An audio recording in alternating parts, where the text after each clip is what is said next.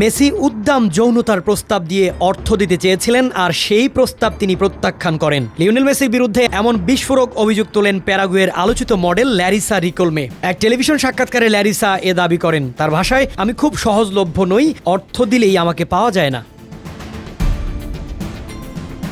এই প্রথম নয়, অতীতে আরও একাধিক নারী মেসির বিরুদ্ধে এমন অভিযোগ এনেছেন। আর্জেন্টিনার আরেক মডেল জোয়ানা গঞ্জালেজ একবার দাবি করেছিলেন তিনি মেসির শয্যাসঙ্গী ছিলেন এবং বলেছিলেন বিছানায় মেসি যেন একদম মৃত মানুষ।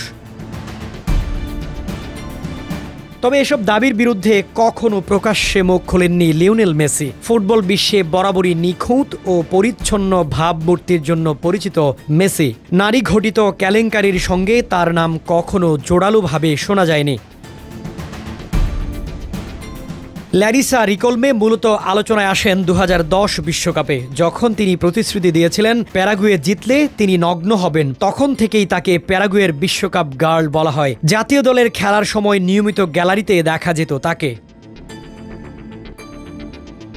অনেকেই মনে করেন এসব নারী মেসির মতো বিশ্ব তারকার নাম ভাঙিয়ে নিজেকে আলোচনায় আনতেই এসব দাবি করে থাকেন, কারণ মেসির ব্যক্তিগত জীবন নিয়ে কোনো বিতর্কিত ঘটনা দৃশ্যমানভাবে প্রমাণিত হয়নি। তবুও এসব বিতর্ক প্রমাণ করে তারকাদের নিয়ে গুজব, কেলেঙ্কারি এবং চরিত্র হননের চেষ্টা কখনো থেমে থাকে না। আর মেসি, তিনি বরাবরের মতোই নীরব। কিন্তু আনুগত্যের আরেক নাম যে লিওনেল মেসি, মাঠে তার একমাত্র ভাষা ফুটবল।